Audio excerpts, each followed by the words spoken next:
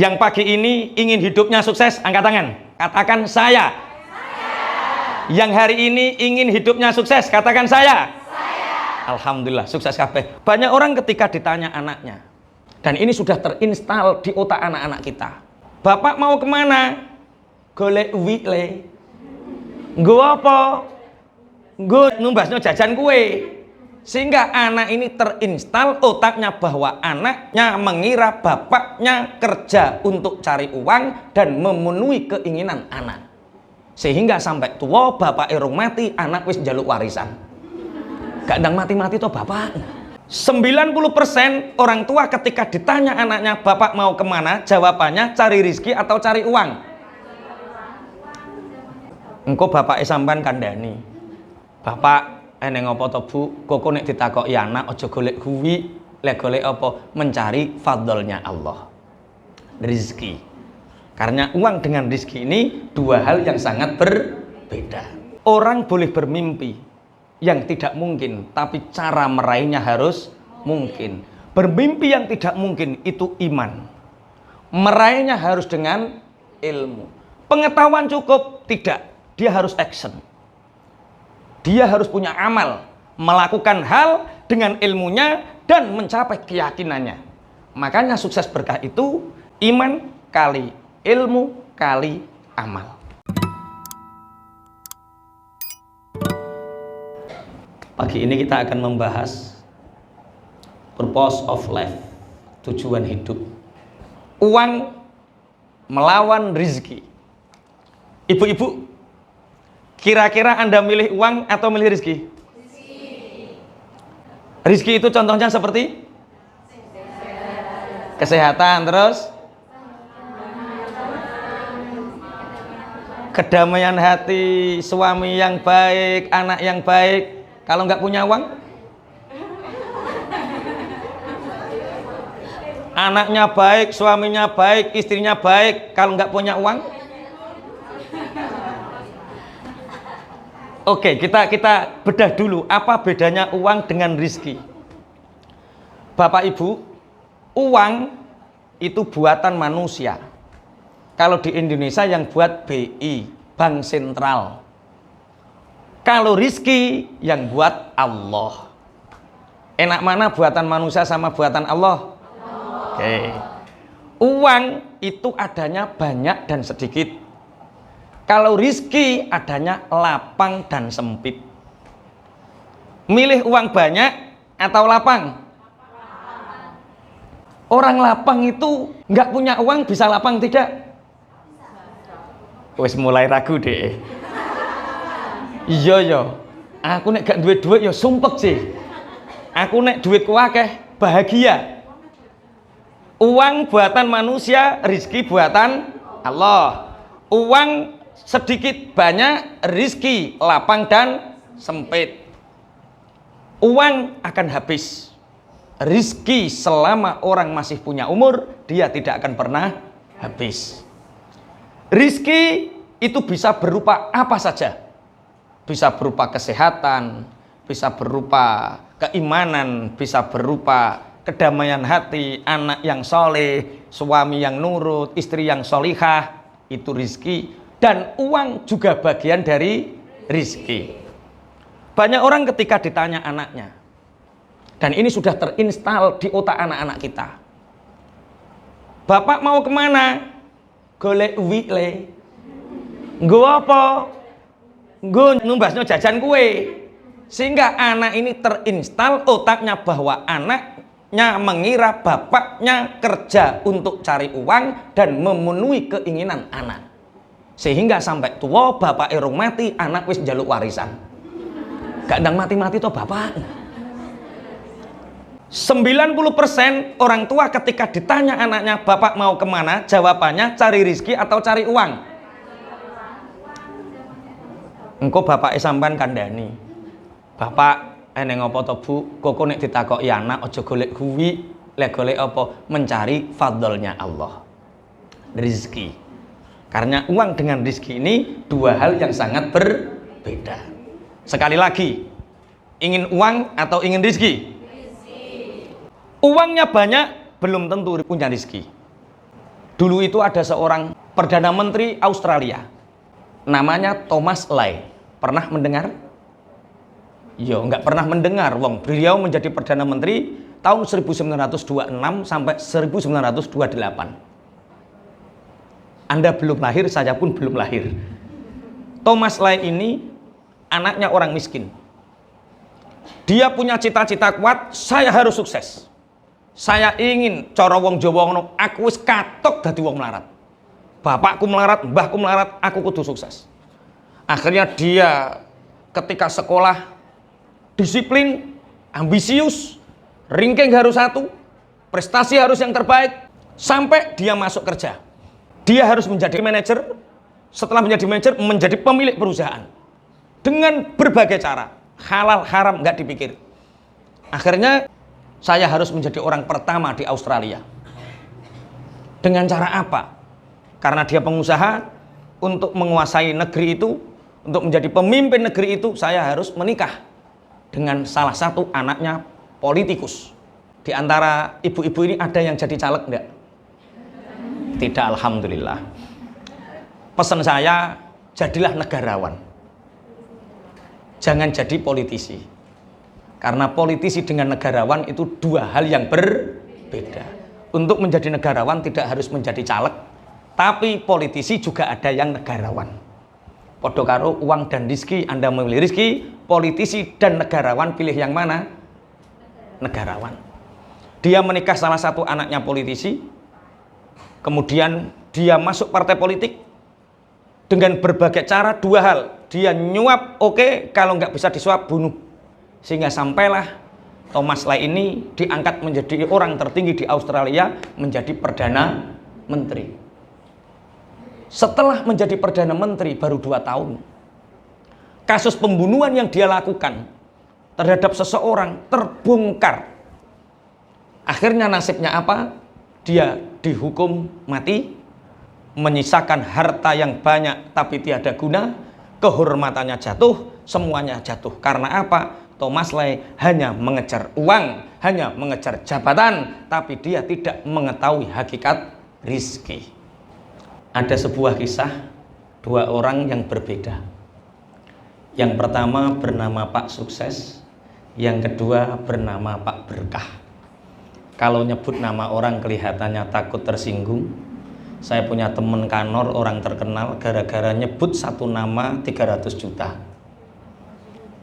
Oke, kalau ditabrak sapi sakit, kalau ditabrak Sapinah penak. Jebule Mbak Sapinahnya nggak terima. Akhirnya 300 juta. Ada satu kisah. Pertama namanya Pak Sukses. Pak Sukses ini dari kecil dedikasinya ingin menjadi orang hebat, ingin menjadi orang kaya, uangnya banyak. Sehingga sekolahnya rajin, kerjanya juga rajin. Setelah dia lulus kuliah, dia kerja, membangun perusahaan, pagi, siang, bahkan malam dianggap terus waktu adalah uang. Sehingga orang ini rumahnya banyak, tanahnya banyak. Suatu saat orang ini menikah, punya anak. Istrinya masih tidur, anaknya masih tidur, dia sudah berangkat. Kerja, pulang, anaknya sudah tidur lagi. Setelah anaknya umur 4 tahun, agak bisa ngomong, saking jarangnya ketemu sama anak, ketemu anaknya ditanya, "Om dari mana?" Bapaknya dipanggil Om. Sehingga ini tidak menjadi perhatian untuknya. Dia terus mencari uang, dia terus mencari uang. Dia lupa bahwa dalam tumpukan uang yang banyak, dalam jumlah nominal yang banyak, dia merasakan ada sesuatu yang hilang dalam dirinya, yaitu ketenangan, yaitu kebersamaan.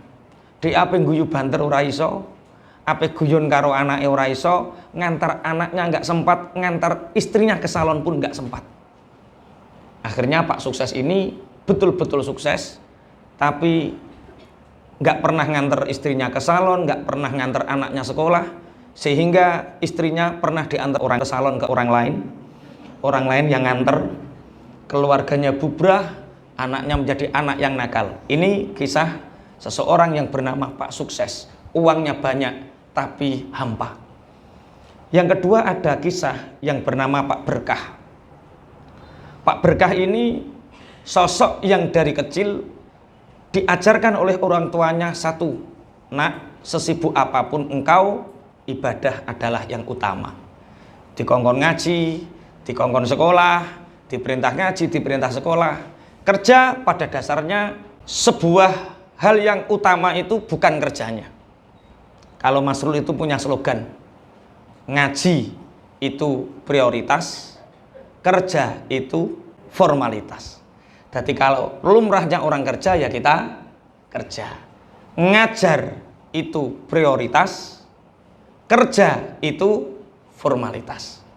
Tapi anehnya Pak Berkah ini membangun satu bisnis, dimulai dari pertanian, kemudian merambah ke restoran, merambah ke penginapan, akhirnya betul-betul luar biasa. Tapi di pagi hari Pak Berkah ini sempat ngantar anaknya sekolah. Dia sempat ngobrol dengan istrinya 1 jam 2 jam, pulang jam 3 sore masih sempat ngantar anaknya untuk ngaji, diundang bacaan tahlilan tanggone yo teko.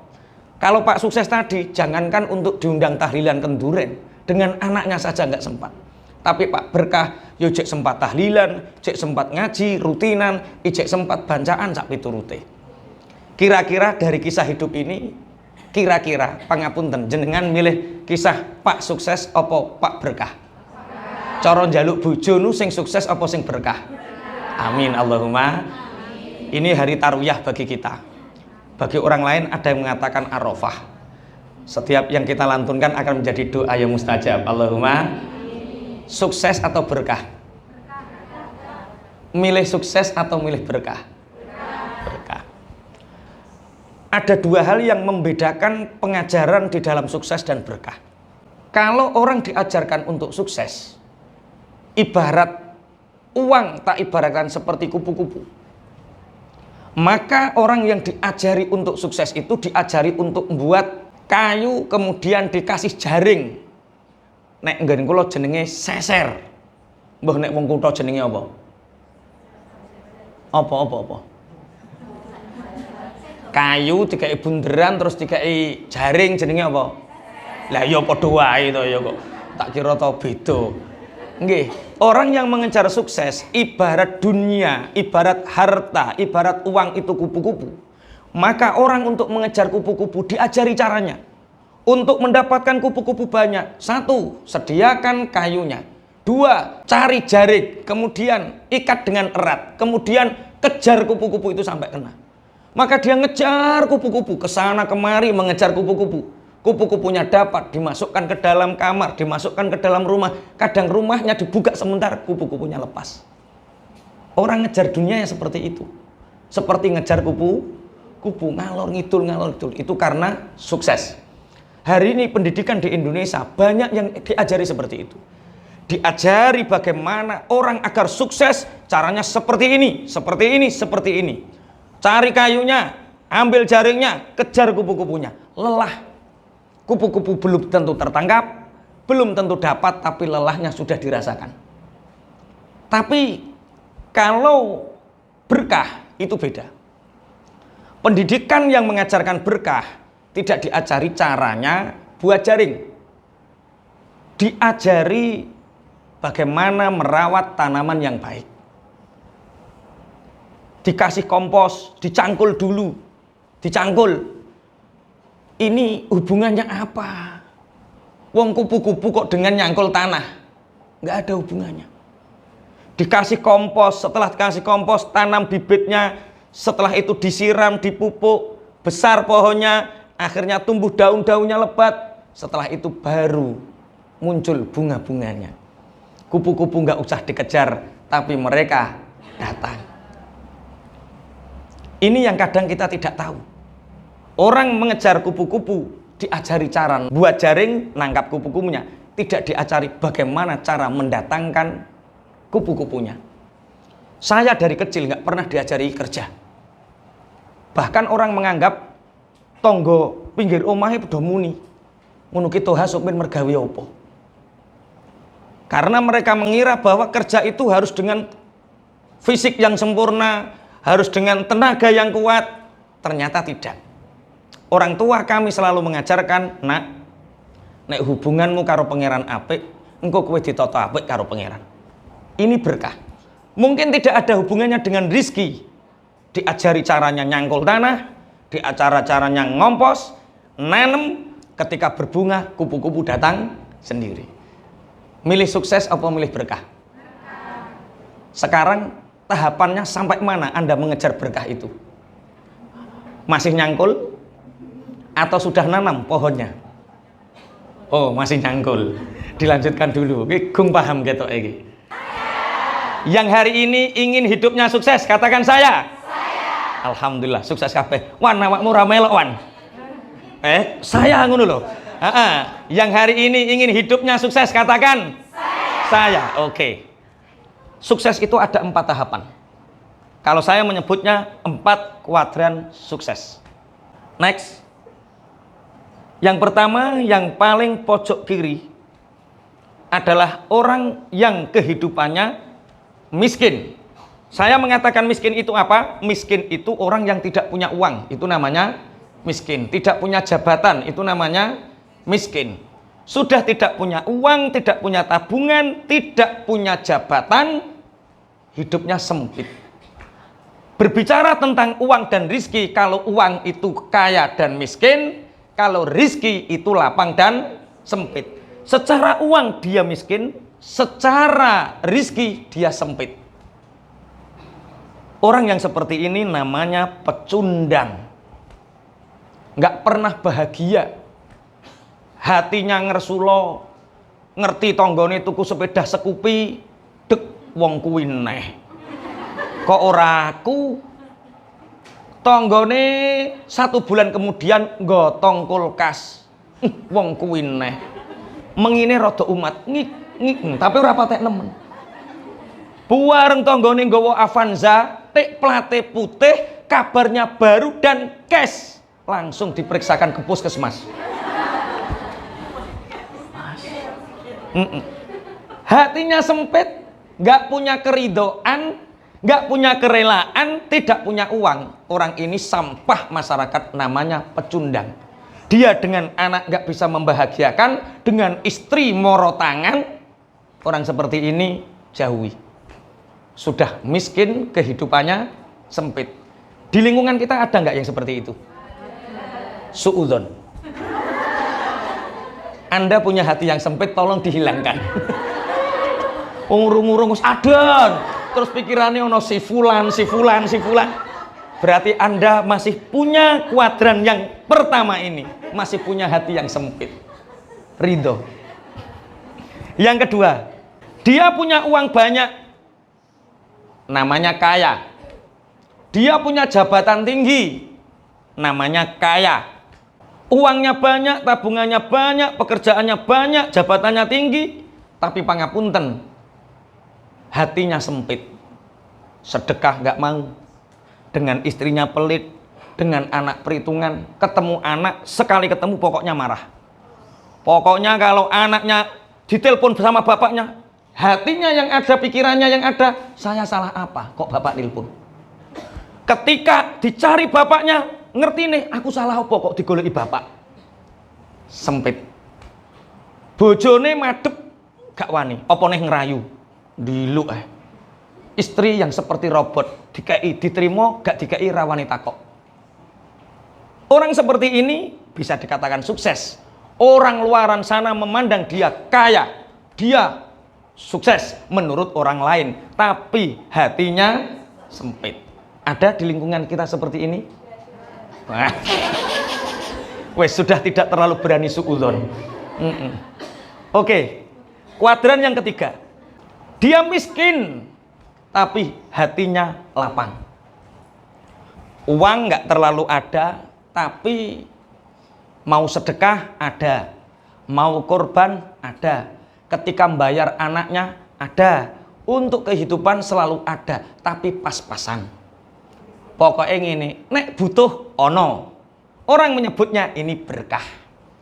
Pingin opo-opo iso, tapi pas-pasan. Milih mana? Sempit miskin, kaya sempit, atau miskin lapang?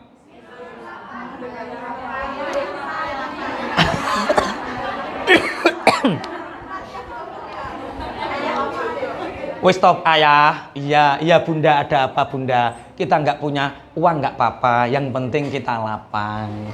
Saat musim kurban kita juga bisa beli kambing, alhamdulillah. Orang-orang beli sepeda motor baru, kita juga bisa beli ayah. Wis tau nggak apa-apa, kita nggak punya uang nggak apa-apa, yang penting hati kita lapang. Sebagian besar ada yang seperti ini.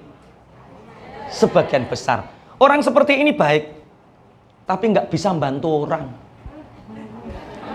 Sekolah mau bangun nggak bisa nyumbang, masjid mau bangun nggak bisa nyumbang, pondok pesantren mau bangun nggak bisa nyumbang. Karena apa? Uangnya pas-pasan, hatinya lapang tapi miskin. Itu namanya berkah. Makanya banyak orang yang mengatakan seperti ini, wis tole urip sak dermo, sing penting barokah. Aliran yang seperti ini, aliran yang nomor 3, namanya aliran urip sak dermo. Wis tobo enteni dhewe engko wayahe mati rak mati-mati dhewe. Kalau orang Islam punya pemikiran seperti ini, maka pendidikan nggak bisa maju karena pendidikan butuh dana yang besar. Masjid pondok pesantren nggak bisa maju karena apa? Karena butuh fasilitas yang baik dan besar. Kabeh wong muni alah urip sak dermo nglakoni, sing penting barokah. Ana sing kemekelen ya wonge kuwi sing muni barokah. Oke, yang keempat, kaya lapang. Uangnya banyak, kehidupannya bahagia. Dengan istri bisa tersenyum, dengan anak bisa jalan-jalan, bisa ngobrol, diajak sholawatan. Dia uangnya banyak, hatinya lapang, kehidupannya lapang. Ini yang saya sebut dengan namanya sukses berkah. Orang Islam kalau bisa ya seperti ini, ya sukses ya berkah. Kalau nggak bisa sukses berkah, minimal berkah tok urip sak dermo. Kita hanya punya pilihan 3-4, jangan sampai 1-2. Dari 3-4 ini kira-kira milih yang mana? 4. Alhamdulillah. Ada yang seperti ini di sekitar kita? Ora wani jawab nih. Kalau seperti ini kita harus husnul yakin, jangan husnudzon. Husnul yakin, keyakinan yang baik bahwa di lingkungan kita ada orang-orang yang kaya dan lapang. Allahumma amin. Rasulullah itu kaya lapang. Abdurrahman bin Auf itu kaya lapang. Usamah bin Zaid kaya lapang. Siapa lagi? Utsman bin Affan kaya dan lapang. Di Bojonegoro banyak orang seperti ini. Mungkin Anda saja yang tidak kenal. Di Bojonegoro itu ada orang punya 38 cabang rumah makan. High chicken, Tamosa. Ada yang pernah makan di Tamosa? Ada yang kenal siapa yang punya? Tamosa itu nama seseorang. Tamosa itu tanya Tarwan, munya Muhammad, sanya Said. Jadi Tamosa itu yang punya high chicken namanya Tarwan Muhammad Said. Orangnya soleh, maksudnya soleh, dia banyak bantu orang. Dia itu cerita sama saya, Pak Kiai, saya itu bingung mau bantu siapa. Bingung bantu siapa. Lah sampean rak bingung. Bingungnya kalau ada orang minta bantuan. Astagfirullah. Ada orang bingung mau membantu siapa, uangnya ada, tapi yang dibantu siapa bingung. Tapi kita bingung kalau ada orang minta bantuan. Nanti di silent. Ada lagi di Bojonegoro banyak orang-orang yang seperti ini, kehidupannya kaya lapang. Dia itu rebutan sama saya. Jadi orang yang saingan sama saya untuk memberi fasilitas anak-anak ke luar negeri itu beliau. Sampai geger sama saya itu. Gegernya di pondok kami ada satu anak yang dapat beasiswa ke luar negeri. Biaya pendidikannya gratis, semua apa-apanya gratis, tinggal pemberangkatannya, beli visa, beli tiket pesawat, beli biaya makan 1 bulan saja. Itu hanya butuh 25 juta. Tak kasih saya, marah orangnya, rebutan. Harus saya. Harus saya. Saya Pak, ini santri saya, enggak bisa. Harus saya. Akhirnya gantian. Tahun ini beliau, tahun depan saya. Itu namanya apa? Kaya dan lapang. Kalau bisa kehidupan itu ya sukses, ya berkah. Allahumma amin.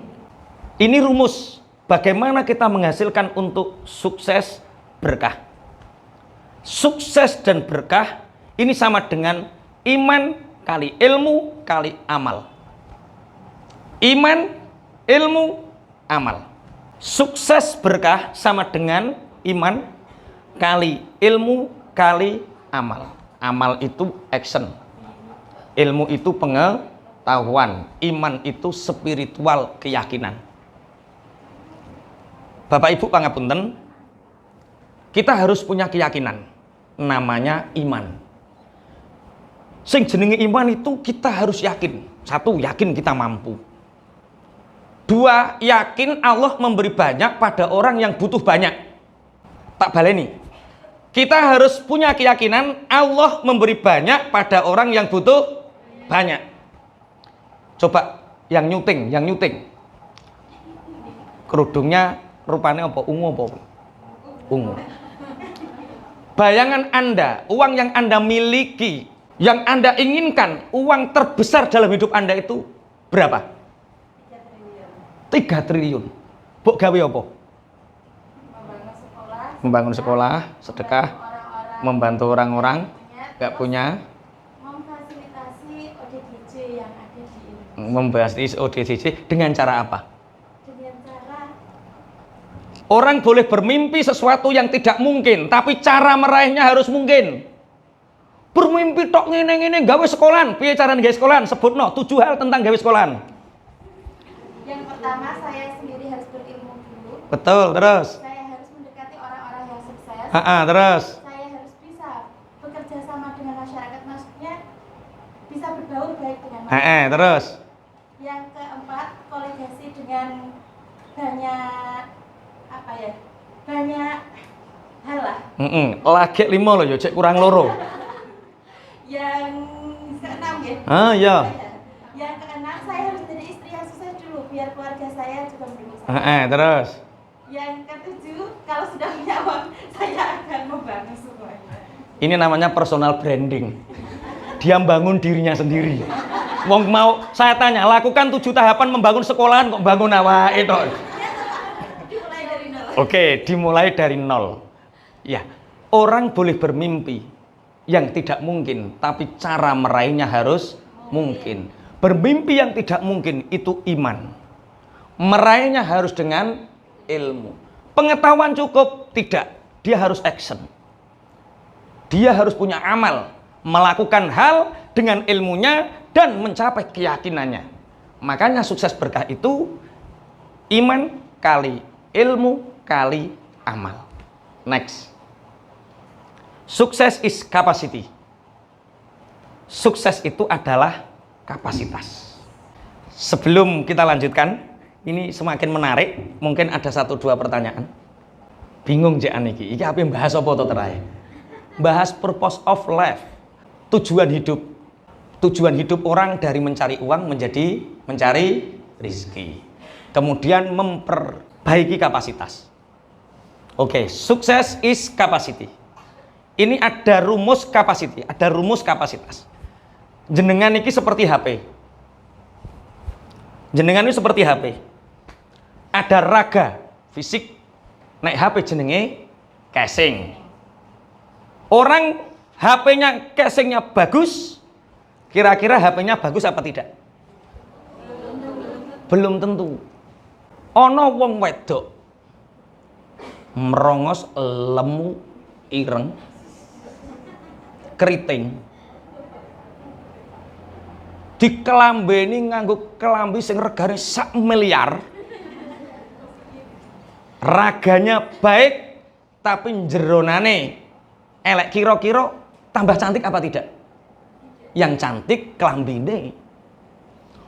Ana wong wayu sempurna kaya widodari, matane blolok-blolok, alise nanggal sepisan, irunge